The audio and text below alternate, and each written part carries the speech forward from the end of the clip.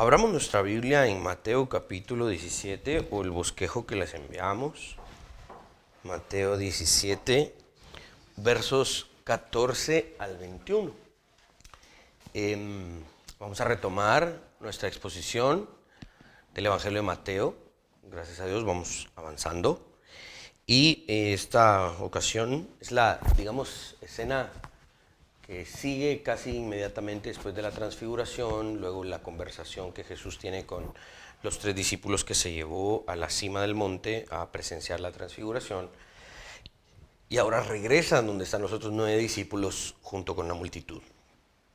Dice, cuando llegaron al gentío, vino a él un hombre que se arrodilló delante de él diciendo, Señor, ten misericordia de mi hijo que es lunático y padece muchísimo porque muchas veces cae en el fuego y muchas veces en el agua.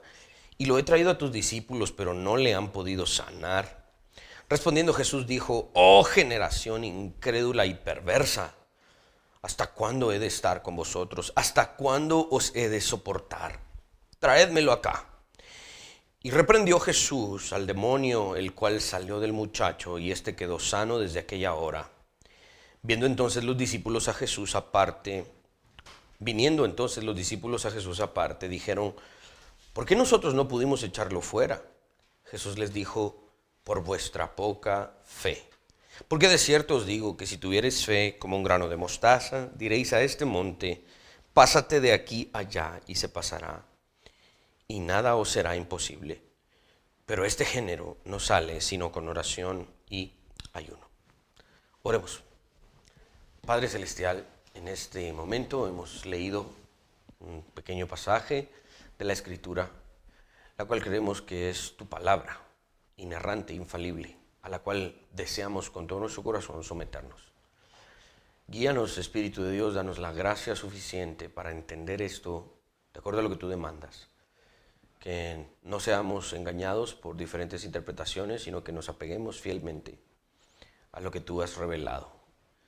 Especialmente te ruego por mí, que me permitas, Señor, exponer esto fielmente de acuerdo a lo que tú inspiraste en su intención original. Amén y amén. Este es un pasaje en el cual la historia de la redención tampoco está escondida. No solo se anuncia la redención en un plano eterno, ¿sí?, sino que también en un plano próximo y presente. La fe es un elemento fundamental en la historia de la redención, ¿sí? Cuando una persona es redimida, o cuando todos aquellos que creen en Jesús son redimidos porque tienen fe en Jesucristo. Es el elemento, fundacional en este aspecto. La fe en Jesucristo es un elemento que guía la redención y juega un papel importante en este corto relato. La falta de fe es lo que aquí se señala, o la poca fe. Vamos a definir eso más adelante. La fe y el poder de Dios deben ser entendidos y también vividos, no solamente en un plano eterno, sino también en un plano próximo, presente. ¿Qué significa eso? Cuando tenemos fe, no solamente tenemos que pensar en nuestra eternidad. La fe no nos sirve solo para la eternidad, para cuando cierro mis ojos y los abro en la próxima vida. No. La fe también tiene implicaciones para el hoy y el ahora. Y esto es lo que Jesús está enseñando en este pasaje con este hombre que llegó a arrodillarse, que tenía un hijo, que al español se traduce lunático, pero en el griego básicamente es un epiléptico, ¿sí? Y vamos a ver que la fe, Jesús les está diciendo, la fe es también para vivirla hoy y tiene implicaciones hoy. La falta de fe era lo que no permitía a los discípulos obrar en favor de este muchacho, porque la fe también era para vivirla en ese momento específico. Como ven, el concepto redentor nos ayuda a entender este pasaje. Este pasaje está en los otros 2 evangelios sinópticos, en Marcos capítulo 9, versos 14 al 29, y en Lucas capítulo 9, versos 37 al 43. Quiero iniciar compartiéndoles la letra de una canción. Ahí está en sus bosquejos, ¿sí? Esa canción fue escrita por un compositor y cantante colombiano que se llama Santiago Benavides. Somos amigos. De verdad, tenemos una foto ahí con ellos con la banda musical y todo, ¿verdad? Que nos visitó aquí en Guatemala y estuvimos con él. Y ahora vive en Canadá y ya es muy famoso, entonces ya no mucho nos llevamos con él, pero él escribió una canción muy bonita que se llama Concurso de Semillas. Esta canción es bien chilera. Cuando ustedes la escuchen, búsquenla ahí en YouTube. Ahí en sus bosquejos está en el pie de página el link de YouTube. No la van a poner ahorita, pero la buscan después. Y antes de escucharla, pónganse sombrero y botas, por favor, y la escuchan, porque es bien como country. Dice, una vez hubo un concurso de semillas, y ahí estaba la más chica viendo a todas desfilar. Y le hacían esa broma medio tonta. Le decían que se pare, y parada estaba ya. De seguro que pensó, una pulga como yo jamás será capaz de lograr nada importante. Qué de malas ser tan insignificante. Cómo quisiera ser como Pepa de Aguacate, ella sí siempre segura y elegante. Y el jurado, al mirar las concursantes, pasó a un lado de las grandes y se fue a su lugar. Y le dijo, Semillita, tú ganaste el concurso para hallar la figura principal de una historia que va a ser más famosa que Pelé. Y así es como fue que Semilla de Mostaza se volvió toda una estrella literaria. Jamás pensó que al ser la semilla más enana, iba a ser la representación más clara de lo que Dios va a usar para hacer las cosas grandes en su lógica divina inesperada. Ha escogido que las empresas sobrehumanas las hará con semillitas de mostaza. Las hará con semillitas de mostaza. Qué bonito, ¿verdad? Muy bonita la letra. Vamos con esta idea, ¿no? Del grano de mostaza, si tuvieras una fe como del tamaño de un grano de mostaza. Y vamos a desglosar un tanto el concepto, el contexto también, para hablar un poquito. Si le das ahí aceptar, por favor, a quien esté entrando tarde, aunque lo deberíamos dejar afuera. No son bromas. Muy bien, Jesús desciende del monte donde se transfiguró y se encuentra con este asunto, ¿sí? Un hombre cuyo hijo era epiléptico. ¿Por qué epiléptico? Al español se traduce lunático. Vamos a hablar de esto ahorita. Pero este hombre se arrodilla delante de Jesús y pide correctamente. Pide, Jesús, ten misericordia. No le dice, Jesús, tú eres el Mesías, tú dices que puedes sanar enfermos. A ver, demostrámelo, sáname a mi hijo. No, se arrodilla y pide misericordia, ¿sí? Dice el texto que este muchacho era lunático. Viene del griego seleiniazomai, que significa ser epiléptico. Se suponía que la epilepsia regresara y aumentara cuando la luna aumentaba en su tamaño o cuando se miraba más grande. Entonces, había una creencia de que aquellos que tenían estos ataques los tenían más severos cuando tenían una luna más clara y grande visible en la noche. Por eso le llamaban lunático, pero realmente es lo que hoy llamaríamos un epiléptico, ¿ok?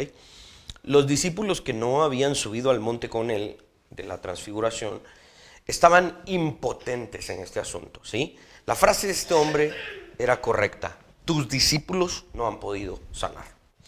La reprimenda o el regaño que Jesús trae, que viene a continuación, incluye a todos los que están allí, a los discípulos en primer lugar y luego a los demás, incluyendo al padre de familia que ha pedido misericordia por su hijo. Verso 17 dice, oh generación incrédula y perversa, ¿hasta cuándo he de estar con vosotros? ¿Hasta cuándo os he de soportar? Tráiganme al patojo. Dice, traédmelo acá, dice. Esta reprimenda de Jesús es consistente con lo que en la Escritura se revela de Dios. ¿Por qué? Jesús es Dios mismo en carne. Y si hay algo que a Dios le desagrada, si hay algo que provoca la ira de Dios, es la falta de fe. Esto es bien importante. La incredulidad provoca la ira de Dios. Tal como lo dice Hebreos, capítulo 11, verso 6, sin fe es imposible agradar a Dios. Esta es la razón por la cual el incrédulo es el blanco de la ira de Dios, ¿sí? Por la eternidad. Porque el no tener fe en el Hijo de Dios provoca la ira de Dios por la eternidad. Jesús utiliza la palabra generación incrédula, ¿sí? Del griego apistos.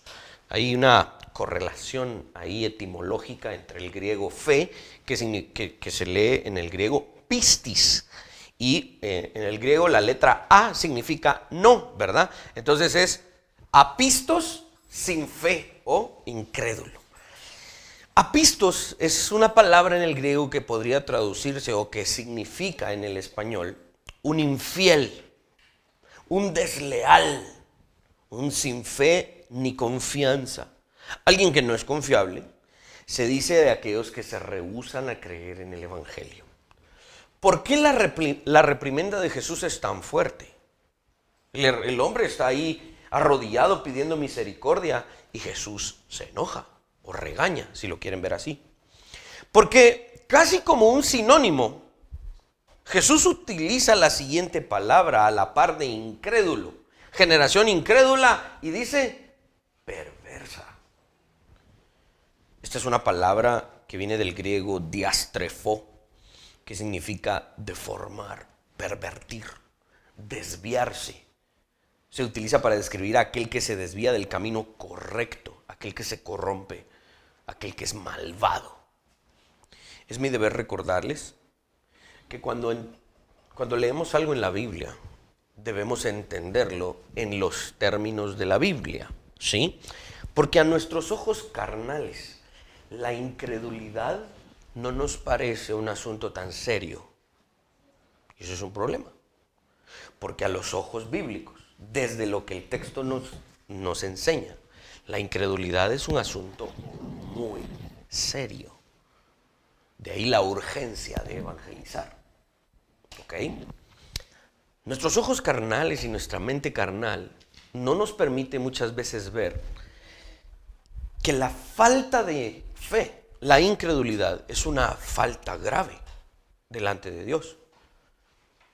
Pueda que no nos parezca tan grave porque todavía en alguna medida estamos atados a la idea de la autonomía humana, a la libertad que supuestamente el ser humano tiene que tener de no creer en Dios. Y cualquiera sea la decisión del ser humano en cuanto a creer o no creer, debiese el ser humano tener esa libertad sin consecuencias. Creemos que el incrédulo puede vivir su vida tranquilamente si no cree. Simplemente no cree, no tiene mayores consecuencias. Pero tenemos que aprender lo que la Biblia nos enseña. ¿Por qué Jesús se enoja? ¿Por qué el castigo para la incredulidad es por la eternidad? Porque en términos bíblicos, una de las peores faltas que el ser humano puede cometer es no creer en Cristo ni en su poder. La incredulidad es una falta grave delante de Dios, al punto de que lo desagrada, provoca su ira. ¿Por qué? Porque Dios no se reveló en vano.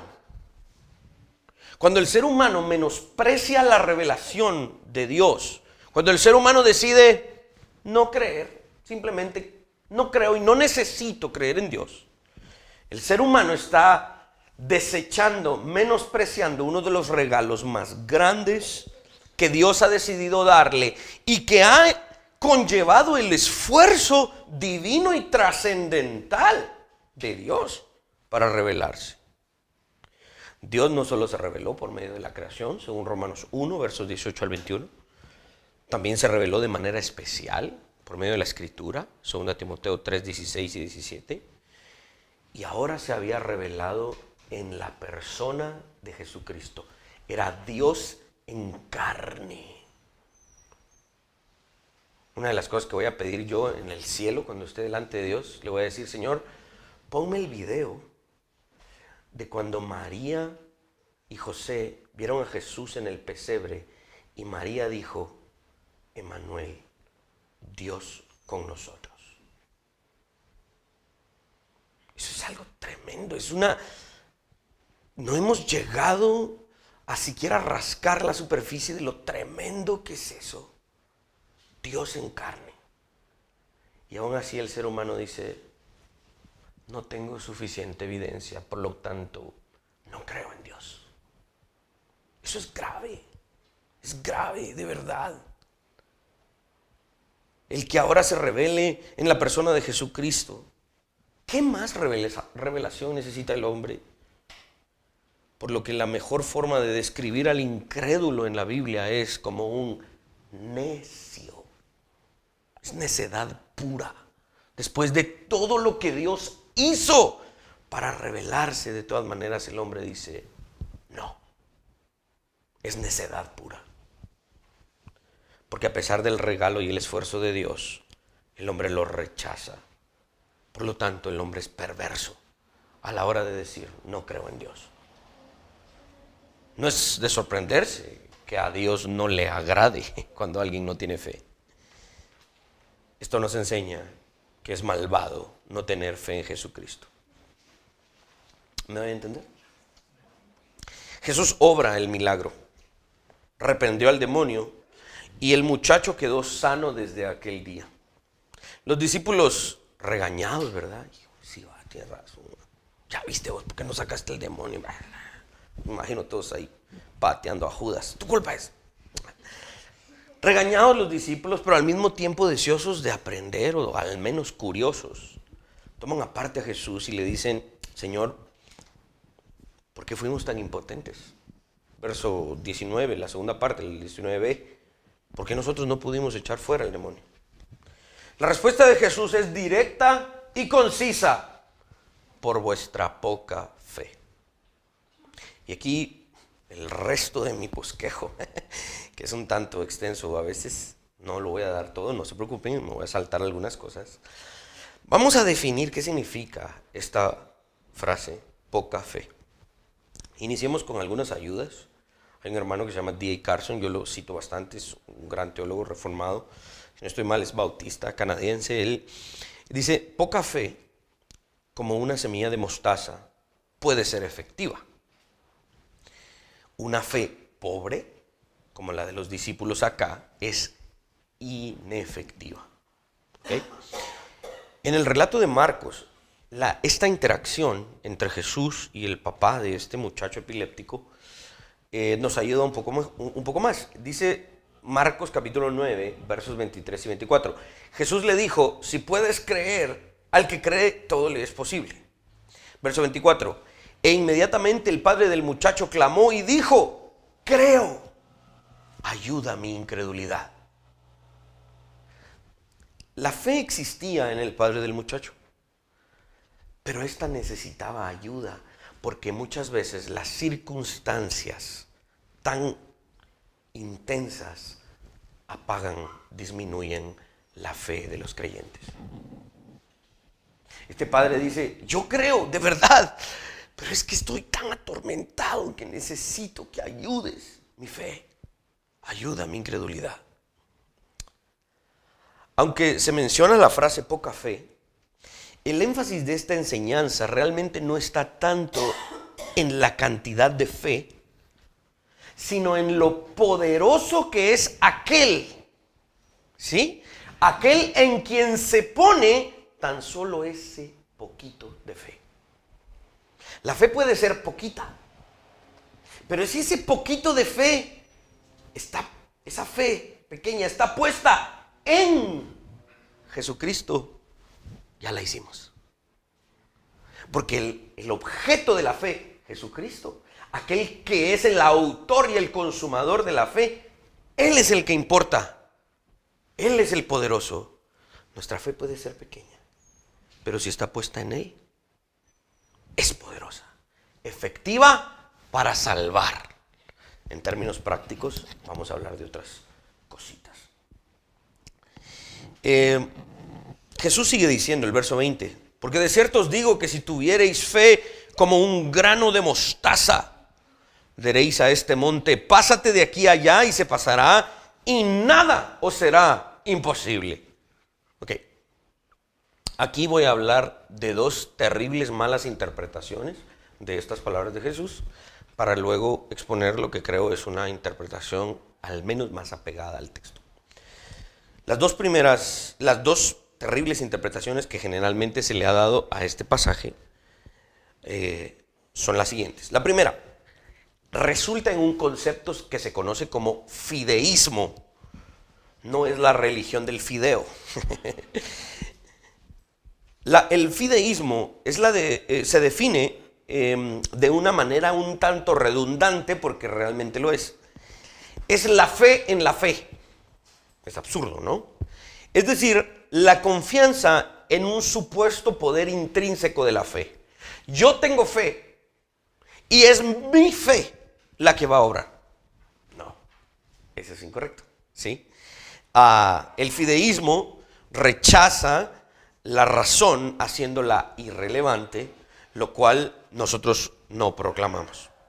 Algunos piensan que este pasaje de Mateo nos guía a la conclusión de que la fe puede funcionar por sí sola. La fe no necesita ayuda de nada más, como un poder suficiente en sí mismo. En otras palabras, algunos concluyen que este pasaje enseña sobre la fe y no sobre aquel sobre quien se pone esa fe. Algunos dicen que este pasaje enseña del poder de la fe, no del poder de Jesucristo. Y eso es un problema. No tenemos fe en la fe. Tenemos fe en aquel que hace posible la fe, en aquel que nos regaló la fe.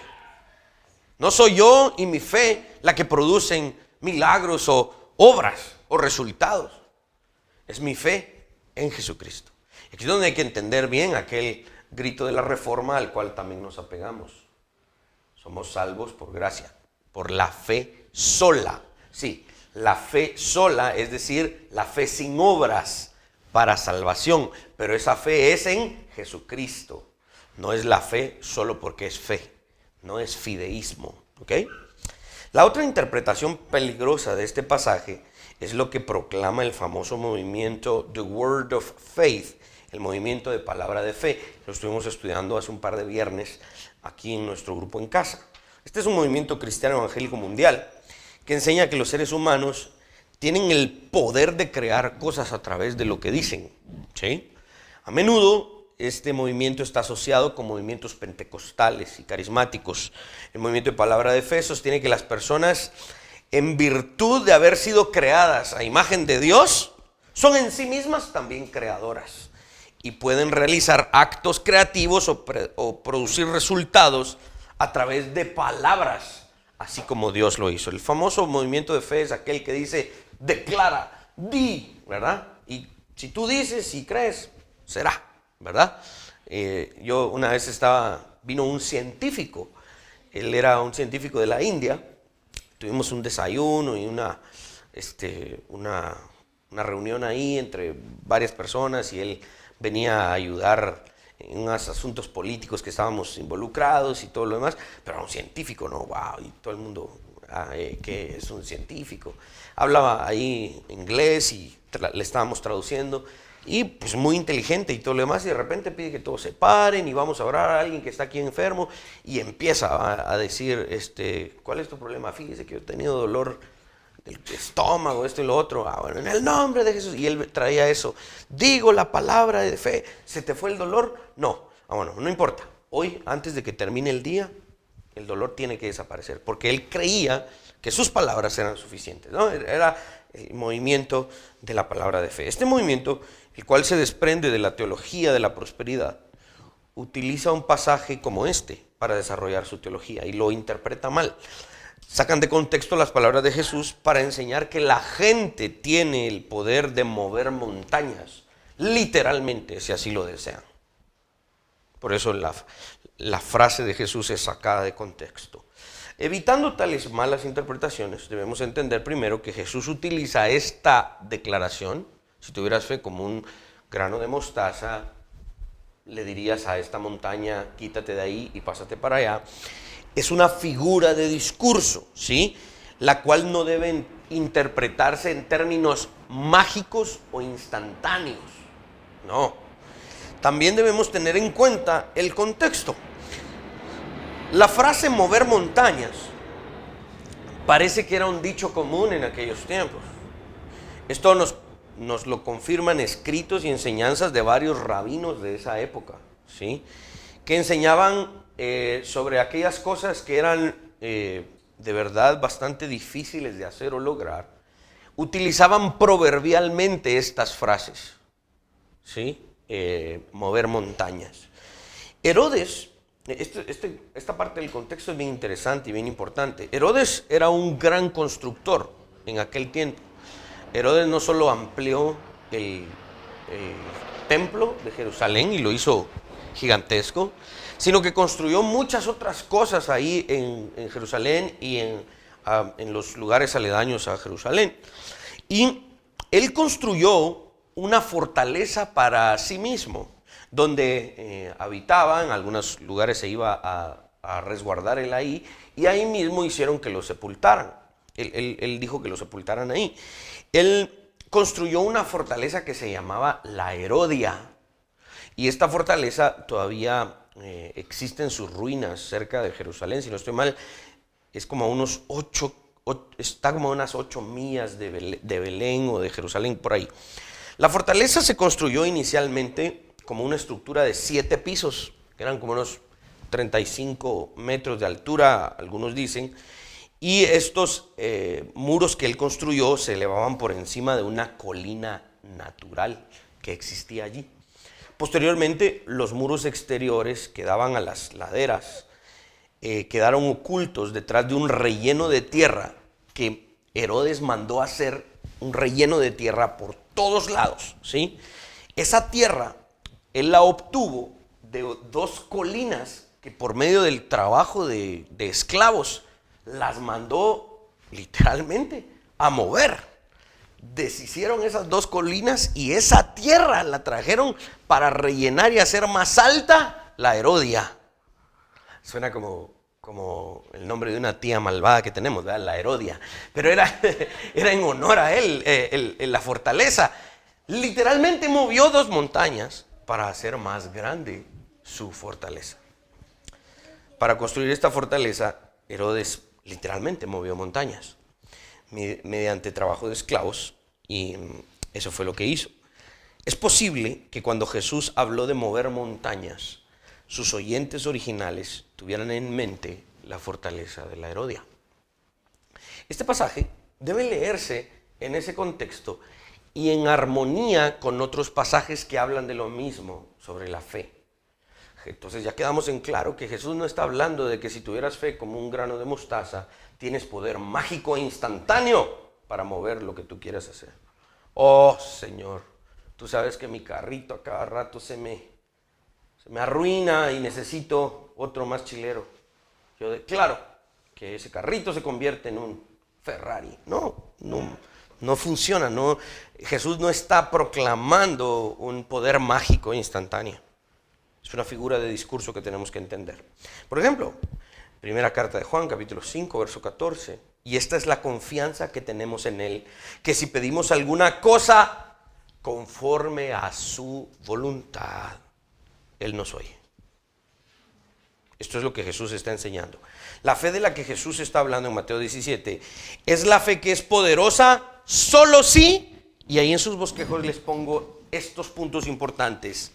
Esta fe es poderosa solo si nace en Dios. Esta fe es poderosa si es Dios quien te regaló esta fe, la cual el creyente puede decir, Dios me regaló fe. Esta fe es poderosa si busca hacer la voluntad de Dios. No es una fe mágica, es una fe que nace en Dios, que busca hacer la voluntad de Dios. Y su fin, esta es la tercera característica, el fin de esta fe debe glorificar a Cristo. Debe ser para la gloria de Dios.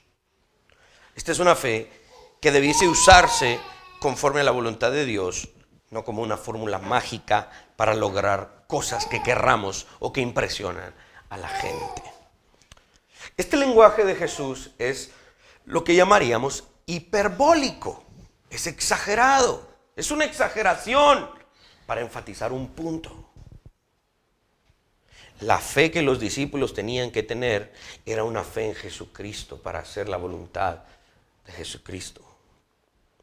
Era para glorificarlo a Él. Esta fe de la que estamos hablando en este pasaje tiene como objetivo que los creyentes pongamos nuestra confianza absoluta en Dios. El pasaje no está hablando de un poder mágico para lograr lo que queremos. El pasaje está hablando de una fe que nos impulse y nos haga poner nuestra confianza absoluta en Dios, cualquiera que sea su respuesta a nuestra petición. Y voy a poner un ejemplo de esto, ¿sí? Aunque no llegara a suceder lo que deseamos y pedimos, eso no significa que nuestra fe debe menguar. Yo tengo fe en Dios y confío absolutamente en Él y le pido que me ayude con esta situación, pero si no me ayuda o esta situación no se resuelve, mi fe sigue inquebrantable en Dios. Esta es la fe que tenemos, aunque no llegue a suceder lo que queremos. El mejor ejemplo de esta fe es cuando Jesús en el huerto del Getsemaní está orando y está sudando literalmente gotas de sangre. Y le dice al Padre: Padre, si es posible que esta copa pase de mí. ¿Qué significa eso? Que tu ira no se derrame sin disolución sobre mí. Oh Señor, oh Padre, que esta copa pase de mí. ¿Hay alguna posibilidad que yo no tenga que sufrir tu ira por los pecados de tus elegidos? ¿Cuál fue la respuesta del Padre? No hubo respuesta. Eso es básicamente, el Padre le dijo a Jesús: no. ¿Se imaginan el Padre negándole una petición a Jesús? ¿Cuál fue la respuesta de Jesús? No se haga mi voluntad, sino la tuya. Eso es fe. Porque aunque el Padre dijo no, Jesús de todas maneras dijo: hágase tu voluntad y no la mía. Esa es la fe de la que estamos hablando en Mateo 17. Jesús confió plenamente en el Padre. Eso es fe. D.A. Carson culmina comentando sobre este pasaje y dice: Jesús dice a sus discípulos que lo que necesitan no es una fe gigantesca, es un poco de fe. Eso será suficiente. Pero ese poco de fe tiene que ser una fe verdadera. Una fe que a partir de una confianza profunda espera que Dios obre. Sobre el verso de Mateo 17, verso 21, ¿sí? Donde dice: pero este género no sale sino con oración y ayuno. Hay un debate sobre que en los manuscritos más antiguos no aparece este verso, en otros manuscritos sí. Tal cosa se escapa de el alcance de esta predicación. Si me meto a predicar eso, no salimos de aquí. Así que ahí les dejo en un pie de página un artículo, si alguien quiere saber más al respecto. Creo que es un artículo que resuelve muy bien la controversia. Pero dice el verso 21, pero este género no sale sino con oración y ayuno. Inmediatamente la gente interpreta este verso y dice: saber qué tipo de chamuco tenía metido ese patojo. Es un género demoníaco que de plano solo con oración y ayuno sale, ¿verdad? Y inmediatamente llaman su atención a que hay un demonio o un género demoníaco tan fuerte que necesita oración y ayuno. Pero debido al contexto, el contexto de este pasaje es un contexto de fe. Se está hablando de la fe y la contraparte de la fe es la incredulidad. Es probable que Jesús esté hablando de este género o tipo de incredulidad, ¿sí? La cual, este tipo de incredulidad puede ser vencida por medio de las disciplinas espirituales que Jesús está diciendo: la oración y el ayuno, ¿sí? La Biblia de Ginebra está La Biblia de Ginebra tiene un comentario sobre este verso. La Biblia de Ginebra sí tiene el verso 21. Y dice, el remedio contra la desconfianza o este tipo de incredulidad, para darnos a entender la vigilancia y la diligencia de la oración ferviente, que no puede realizarse sin sobriedad. Es necesario que si alguien padece de esta incredulidad, de este tipo de incredulidad, que no es una incredulidad, como voy a explicar en este momento, no es una incredulidad de que si Jesús es Dios o no.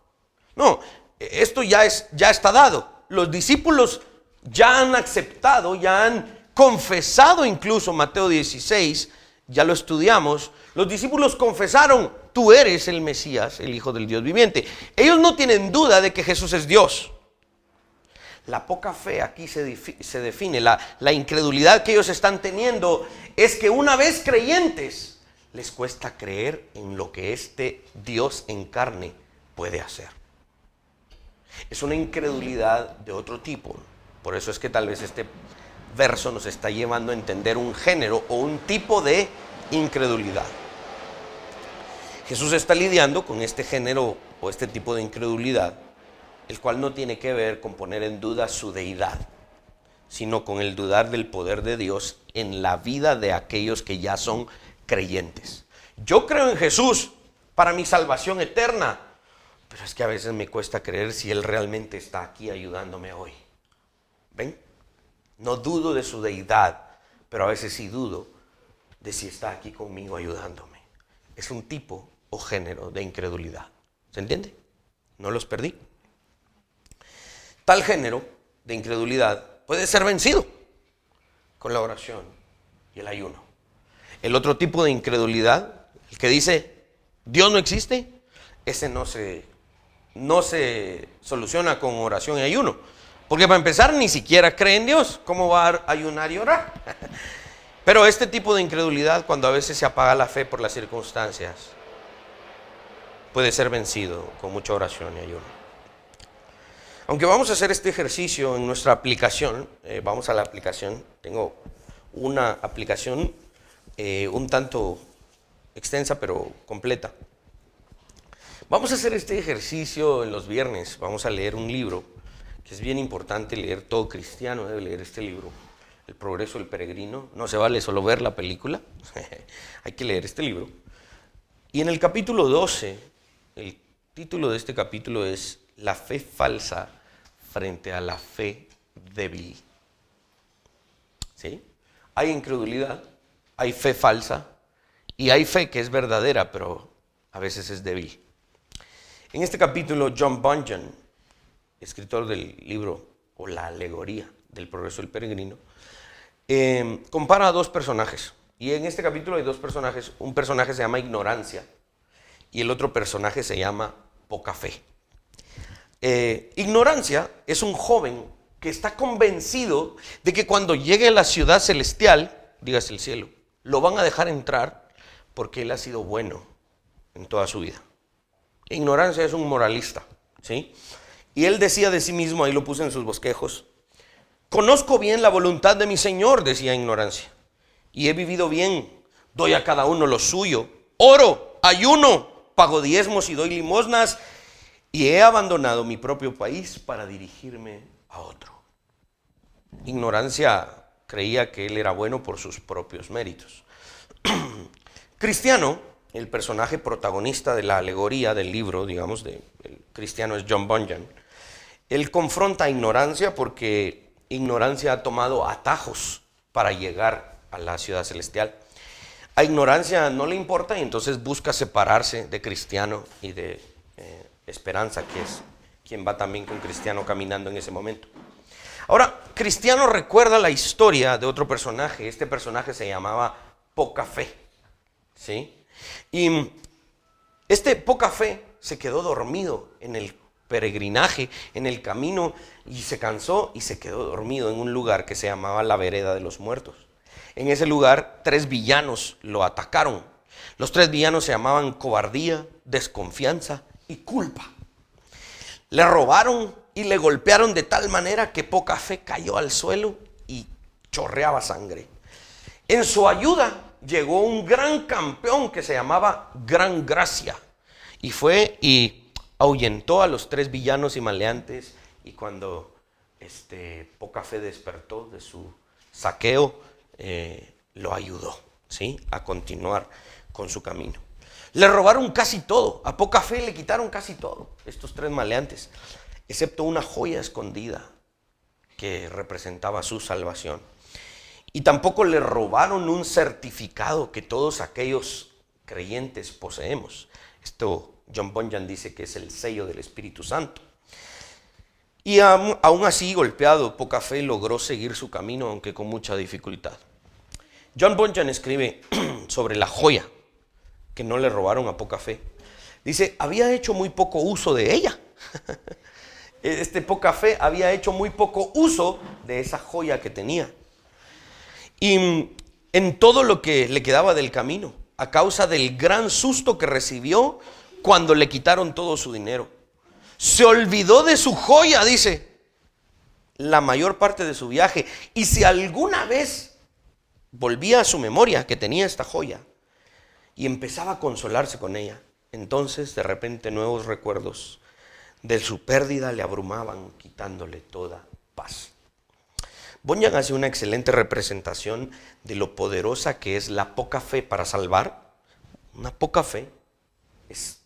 poca fe verdadera es poderosa para salvar, pero al mismo tiempo también es débil si no se cultiva a diario en la vida cotidiana. Cuando la fe es débil o poca, el creyente es fácilmente atacado y por momentos dominado por el temor, por su falta de fe. Y debido a su poca fe, llega incluso a sentir que las promesas de Dios realmente no son tan efectivas ni aplicables para su vida. El comentarista Robert Maguire dice, todo el que se deje dominar por un corazón débil durante su peregrinaje, muy pronto dejará de confiar en la consolación y en las promesas de Dios. Y este es un excelente retrato de John Bunyan, de lo que se está tratando aquí en este pasaje de hoy. Hay gente que tiene fe para ser salva. Y esa poca fe es suficiente para la eternidad. Pero esa poca fe le va a causar también muchos problemas en esta vida mientras llega a la otra. Esa poca fe le va a hacer caminar con mucha dificultad. Porque cree que la fe es para allá, la próxima vida. Pero acá no me sirve de mucho. Es un error. Poca fe, en la alegoría de John Bunyan, continuó su peregrinaje hacia la ciudad celestial quejándose de no comprender lo que Dios tiene para él, de no entender mucho de su futuro brillante. Le ofrecieron mucha ayuda a Poca Fe para sanarse y vivir una vida plena, pero debido a su poca fe caminaba con una mentalidad derrotada, victimizándose amargamente, enfocándose en sí mismo y su trauma, en vez de levantarse y valientemente salir victorioso en Dios. Al final de la alegoría del libro, son 15 capítulos, es un libro fantástico. Charles Spurgeon y también J.I. Packer decían que ellos leían el Progreso del Peregrino una vez al año. No es un libro muy extenso, es un libro lindísimo. Yo creo que voy a tomar esa misma disciplina de leer ese libro al menos una vez al año. Es fantástico.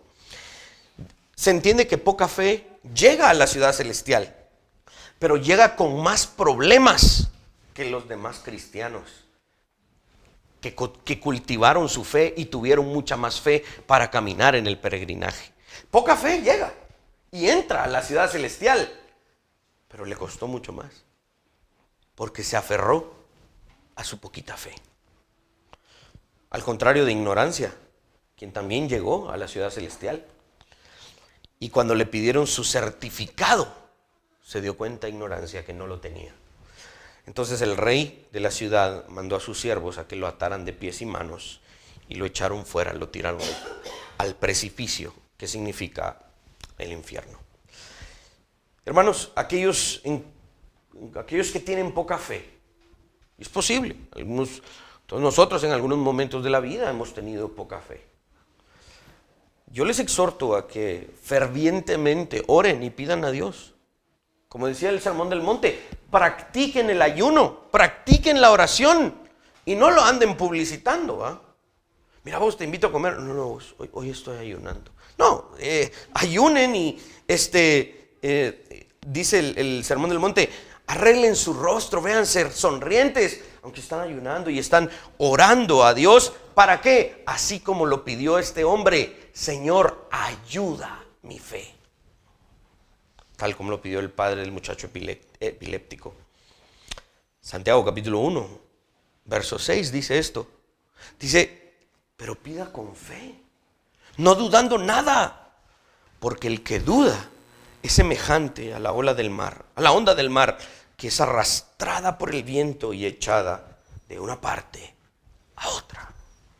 Aquel que tiene poca fe, cae aquí, cae allá, se levanta y vuelve a caer, y se queja, y aquí, y allá.